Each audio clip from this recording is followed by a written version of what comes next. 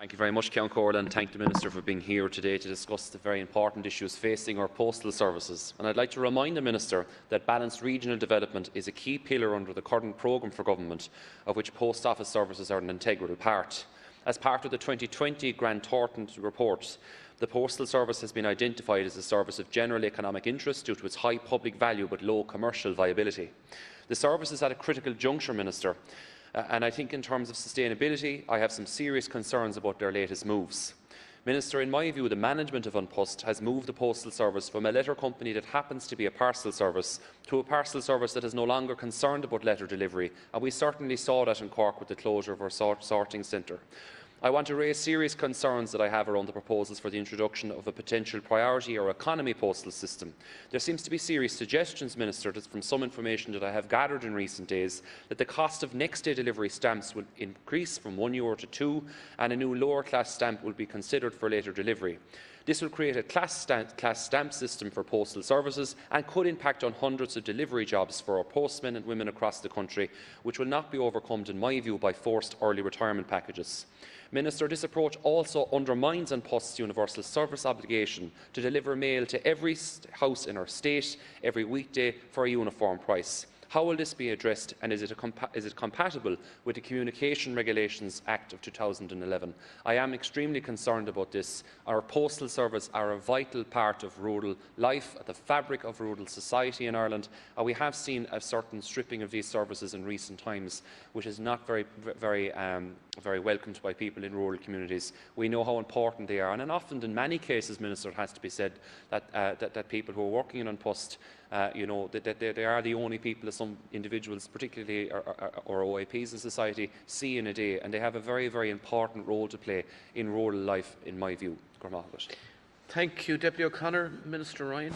Thank you very much indeed, Count Corley. I'd like to thank Deputies Crowe and O'Connor for what is a critical issue for all the people of our country, but particularly I recognise rural Ireland. An Post's social value has been particularly evident during the recent current COVID crisis.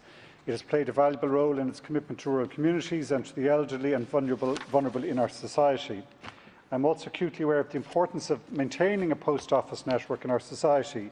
I also know that the serious decline in mail volumes and the impact of COVID-19 on footfall through post offices has had a severe impact on the postal network and the revenues being generated by postmasters.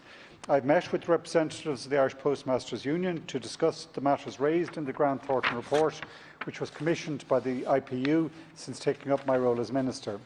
The programme for government recognises that a modernised post office network will provide a better range of financial services and e-commerce services for citizens and enterprise, as part of our commitment to a sustainable national post office network. While it's long-standing government policy that postal services will not be directly subsidised by the government, we remain fully committed to a sustainable post office network as a key component of the economic and social infrastructure in both rural and urban areas. In response to the structural challenges facing the postal sector generally and An Post, the company put in place a strategic plan for the medium-term and long-term future of the company. Government efforts have been focused on supporting An Post in the rollout of new services and the delivery of its strategic plan. The ongoing transformation in the company aims to ensure the financial viability of An Post and the continued fulfilment of its mandate to deliver a mails delivery service and a viable post office network.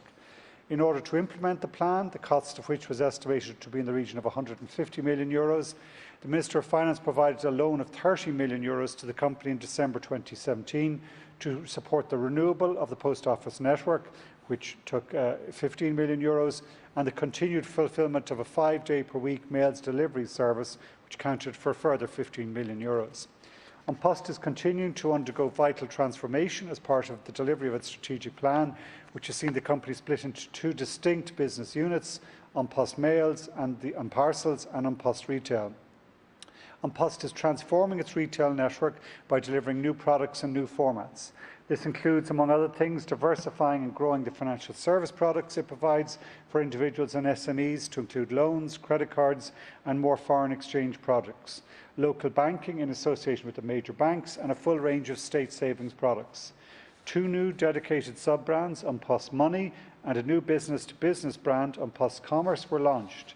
Investment by An Post of €50 million in the network is about getting communities to use the enhanced services in their local post office.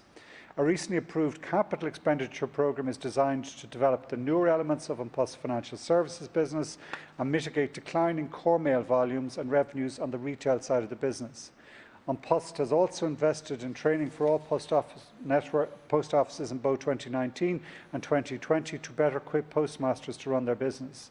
The strategic plan in place to transform the company has resulted in An Post recording an operating profit of over €41 million for 2019, the third consecutive year of significant financial improvement, bringing the group out of its loss-making position of 2016. This government believes An Post has untapped potential to do more and make a further significant contribution across many areas of business, public and community life in Ireland. With an evolving mandate, An Post can emerge as a central hub for a wide variety of valuable community-focused services. As with any business, An Post needs to develop commercial strategies to enable it to grow and maintain its relevance for all its users. All options will be considered fully and efforts will be redoubled to give effect to our commitment to ensure sustainable and viable post office network. Thank you, Minister. Thank you, Minister, for your reply there, but we need to hammer home the message here today of just how important the services that our post offices across our country provide to the citizens of this state.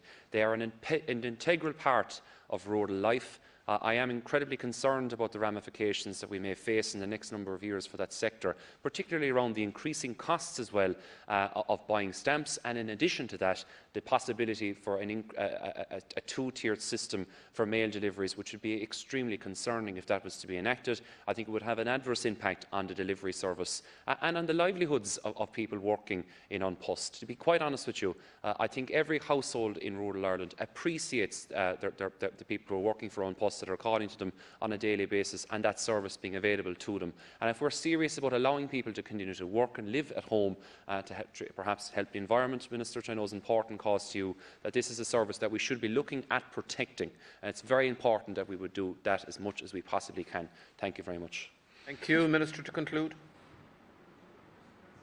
Crow, I'd like to join him in thanking James O'Brien and his family for that service to the community of Broadford over those, did you say, 170 years? And that's the reality, we all know this, is that those families, and they are often family businesses down through the years, are really well trusted and respected and provide huge service to their community. So I wish Mr O'Brien well in his retirement and very much regret that there doesn't appear to be, as of this moment, someone willing to take on the post office and keep it in operation. And I absolutely understand how that is a really critical issue for the people of Broadford, and indeed similar for hundreds of post offices across the country, particularly in rural areas. We have a real challenge here. There is a real problem. I mean, there's been very good work done. Some of the mediation that has been carried on, the work the IPU and others have done, has been really progressive in my mind in looking for solutions. But if we can look at what's happened even in the COVID crisis, it has enhanced what was already a difficult situation. Footfall has fallen by about 25%. There's been an acceleration in the decline in mail volumes, which was traditionally declining about 7% per annum. It's been accelerated to about 12%, I'm told. Now, there's been a commensurate increase in parcel post by an incredible volume, up to parcel deliveries, about 100%. But my understanding, that doesn't really benefit the post office. They're 80% of the volume of the business is coming from social welfare, mail, bill pay and state savings. State savings have held up, if slightly rise, but the other three have declined significantly in the last number of years, despite all the good work and efforts of both the postmasters, An Post and others. So we really have a real challenge here. We have to be honest and upfront. And there are those new financial services is one potential revenue stream, hopefully. We've just started, Post has launched this new Green Hub, where that trusted status of the post office master could possibly be used to give financial advice in the same way they manage state savings, to look at could they provide the finance for the likes of home energy retrofits. This is not easy. There will not be, I can't sugar the pill that for the people of Broadford and say, well, there's an easy, immediate solution here. But finding a solution we do need to do, putting all our efforts to put as many government services as well as financial services through the network, I believe is going to be our best. Thank you very much.